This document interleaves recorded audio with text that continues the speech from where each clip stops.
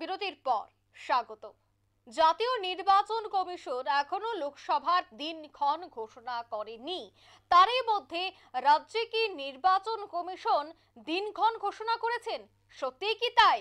জাতীয় নির্বাচন কমিশন দিনক্ষণ ঘোষণা না করলেও রাজ্যে কিভাবে নির্বাচন কমিশন দিনক্ষণ ঘোষণা করলো, সেই বিষয়টা কি আদতে সত্য? সেই বিষয়টা নিয়ে আমি বিস্তারিত জানবো। টেলিফোন লাইনে রয়েছে নিউজ ভ্যানগার্ড প্রতিনিধি সুপ্রীতি মুখার্জি। সুপ্রীতি, গোটা বিষয়টা যদি একটু তুলে ধরো। দেখো, চলতি বছরে লোকসভা নির্বাচন হতে চলেছে দেশে। আর এই নির্বাচনকে নিয়ে ইতিমধ্যে তুঙ্গে রয়েছে এক প্রকার জল্পনা।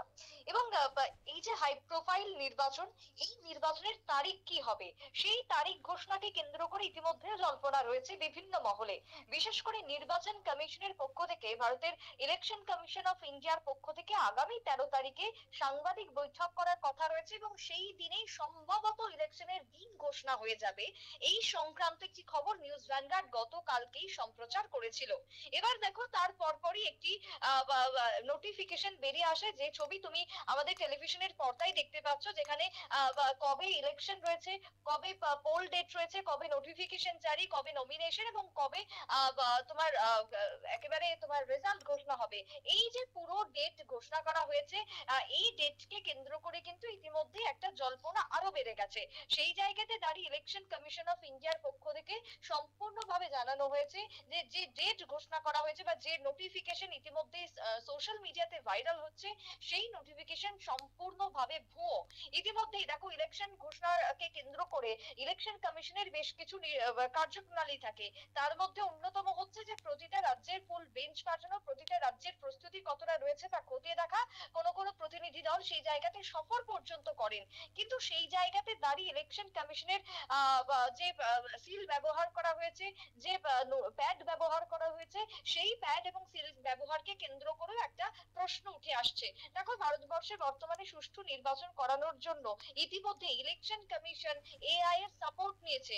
কারণ কি, বর্তমানে ডিপফেকের যুগ এবং ডিপফেক এমনই ছড়িয়ে পড়ছে চারি চতুর্দিকে। স্বয়ং প্রধানমন্ত্রী থেকে শুরু করে তাবড় তাবড় নেতৃত্বরা শিকার হচ্ছেন ডিপফেকের। সেই জায়গাতে দাঁড়িয়ে এআই এর সাহায্য নিয়েছে এবারে ইলেকশন কমিশন অফ ইন্ডিয়া। একই সঙ্গে এয়ার অ্যাম্বুলেন্স থেকে শুরু করে তোমার সিবিআই সাপোর্ট, সবটাই কিন্তু আমরা যেটা সাংগঠনিক ইতিহাসে ভারতবর্ষে এর আগে কখনোই দেখিনি, সেই সমস্ত বিষয় কিন্তু এবারের নির্বাচনে হতে চলেছে। তাহলে ইলেকশন কমিশনের পক্ষ থেকে যখন এত ব্যবস্থা রয়েছে, তারপরেও কিভাবে ছড়িয়ে পড়ছে একের পর এক ফেক নিউজ, যে প্রশ্ন ইতিমধ্যে উঠতে শুরু করেছে। শুধুমাত্র গোটা দেশে নয়, আমাদের রাজ্যে ত্রিপুরাতেও ইতিমধ্যে এই নোটিফিকেশন শেয়ার হচ্ছে বিভিন্ন মহলে। সবাই শেয়ার করতে লেগেছেন, প্রশ্ন তুলতে লেগেছেন। তাহলে এই যারা ইলেকশন কমিশন অফ ইন্ডিয়ার প্যাড এবং তাদের সিল ব্যবহার করছে, তাদের ব্যবহার করে যারা ভুয়ো নিউজ ছড়াচ্ছে, তাদের বিরুদ্ধে কি ইলেকশন কমিশন ব্যবস্থা গ্রহণ করবে, এই প্রশ্নই ইতিমধ্যেই উঠে আসছে।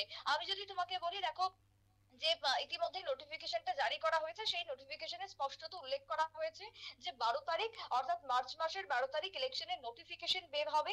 28 তারিখে হবে নমিনেশন জমা দেওয়া, 19 তারিখে রয়েছে ভোটের ডেট এবং 22 তারিখে রয়েছে কাউন্টিং, 30 তারিখে রাজ্যে শপথ গ্রহণ প্রতিটা রাজ্যে। সেই জায়গাতে দাঁড়িয়ে এই যে নোটিফিকেশন ইতিমধ্যে বের করা হয়েছে বা সোশ্যাল মিডিয়া জুড়ে শেয়ার হচ্ছে, তা সম্পূর্ণভাবে ভুয়ো, তা সম্পূর্ণভাবে মিথ্যে। ইলেকশন কমিশনের এভাবে কখনোই ডেট ঘোষণা হয় না। সেই জায়গাতে ভারতের মুখ্য নির্বাচন কমিশনার রাজীব কুমার, তিনি সাংবাদিক বৈঠক করবেন এবং গোটা দেশের নির্বাচন তিনি ঘোষণা করবেন। সে হোক সেটা বিধানসভা নির্বাচন, হোক সেটা লোকসভা নির্বাচন, দায়িত্ব রয়েছে রাজীব কুমারের উপর। তিনি তা ঘোষণা করবেন সম্পূর্ণভাবে সাংবাদিক বৈঠকের মধ্য দিয়ে। কখনোই একটা নোটিফিকেশন জারির মধ্য দিয়ে দেশের এই নির্বাচন ঘোষণা হওয়ার কখনোই হয় না। এবং সেই কথা যে সম্পূর্ণভাবে ভুয়ো এবং মিথ্যে, সেটা ইলেকশন কমিশন কিছুক্ষণ আগে স্পষ্টতই বিবৃতি দিয়েছে। এবং যারা এই ধরনের কাজ করেছে, তাদের বিরুদ্ধে আইন অনুযায়ী পদক্ষেপ গ্রহণ করা হবে কিনা, বা রাজ্যে যে রাজ্যে ছড়িয়ে পড়ছে সেই রাজ্য পুলিশকে অবগত করা হবে কিনা, তারা এফআইআর দায়ের করবে কিনা, শতপ্রণোদিত মামলা দায়ের হবে কিনা, সেই বিষয় নিয়ে ইতিমধ্যেই প্রশ্ন উঠতে শুরু করেছে। অঙ্কিতা, একদমই ধন্যবাদ সুপ্রীতি। অর্থাৎ গোটা ঘটনাটি হচ্ছে ভুয়ো। সোশ্যাল মিডিয়ায় এই পোস্ট ইতিমধ্যেই ভাইরাল, যেখানে দেখা যাচ্ছে যে 19 তারিখে ভোট পর্ব শুরু হবে, কিন্তু সেই সম্পূর্ণ যে পোস্ট বা যে তথ্যটা ইতিমধ্যে উঠে এসেছে তা সম্পূর্ণ ভুয়ো বলে দাবি করেছেন এবার নির্বাচন কমিশন। নিয়ে নিচ্ছে ছোট্ট একটি বিজ্ঞাপন বিরতির সঙ্গে থাকুন।